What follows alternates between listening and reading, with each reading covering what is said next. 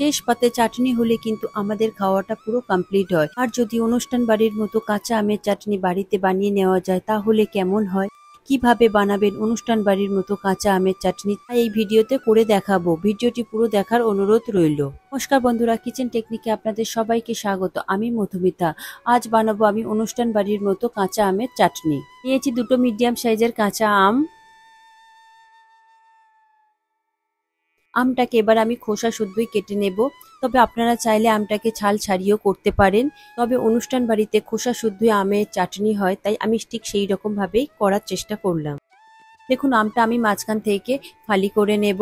আমটা এখনো আমার আটি বসেনি, তাই আমি মাঝখান থেকে খুব সুন্দরভাবে ফালি করে নিলাম। এরপরে আমি সরু সরু করে কেটে নেব।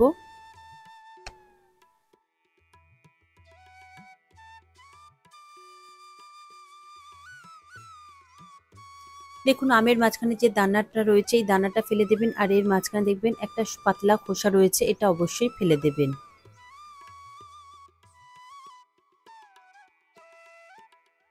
এইভাবে আমি বাকি আমগুলো কেটে নেব একই রকম ভাবে।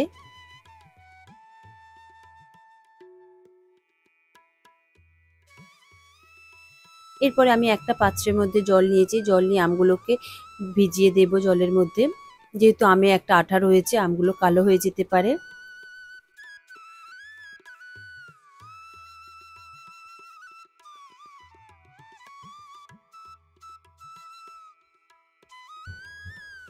দেখুন আমার সব আম কাটা হয়ে গিয়েছে। আমি জলের মধ্যে খুব ভালো করে 5 মিনিট মতো ভিজিয়ে রেখে দেব।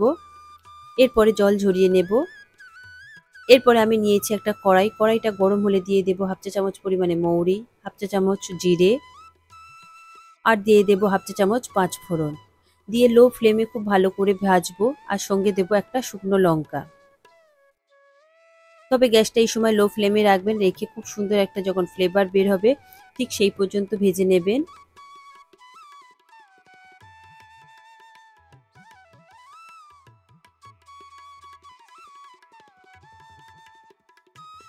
দেখুন আমার ভাজা মশলাটা খুব সুন্দরভাবে রেডি হয়ে গিয়েছে।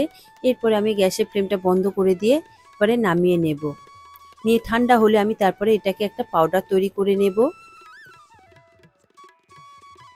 এরপর ওই কড়াইতে আমি আমটাকে খুব ভালো করে সিদ্ধ করে নেব। আমি পরিমাণ মতো জল দিয়েছি। তবে আমটাকে খুব বেশি নরম করে সিদ্ধ করবার দরকার নেই। 3 থেকে 4 মিনিট মতো হাই ফ্লেমে একটু ফুটিয়ে নিলেই হবে। দেব সামান্য একটু নুন। এরপরে আমি এটাকে ঢেকে দেব। 3 থেকে 4 মিনিট পরে আমি ঢাকা খুলে দেখছি। দেখুন আমটা আমার পারফেক্ট ভাবে সিদ্ধ হয়ে গিয়েছে, একদমই বেশি নরম হয়নি। বেশি নরম হয়ে গেলে আমটা খোসা থেকে ছেড়ে যাবে।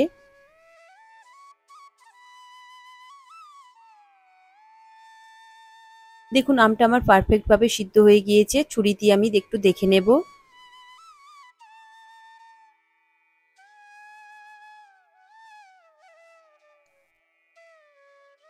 এরপর আমটাকে ঝাঁঝরির সাহায্যে জল থেকে তুলে নিয়ে একটা পাত্রের মধ্যে রেখে দেব। তবে এই গরম জলের মধ্যে রাখবেন না, এতে করে আমটা ওভার কুকড হয়ে যাবে।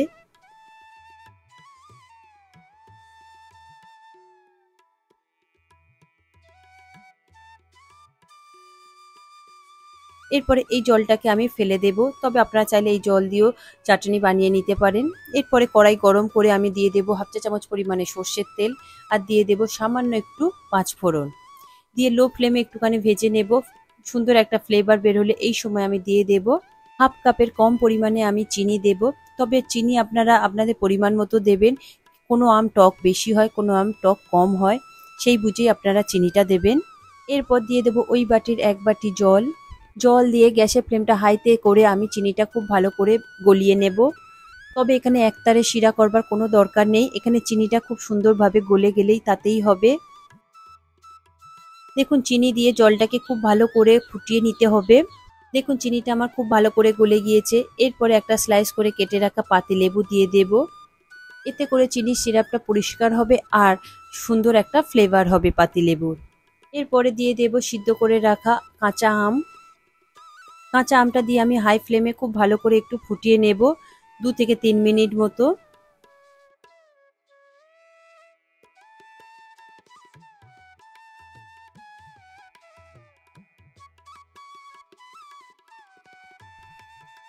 দেখুন খুব ভালো করে ফুটে উঠেছে। এই সময় দিয়ে দেব 1 চিমটি হলুদ, তবে হলুদ খুব বেশি দেবেন না।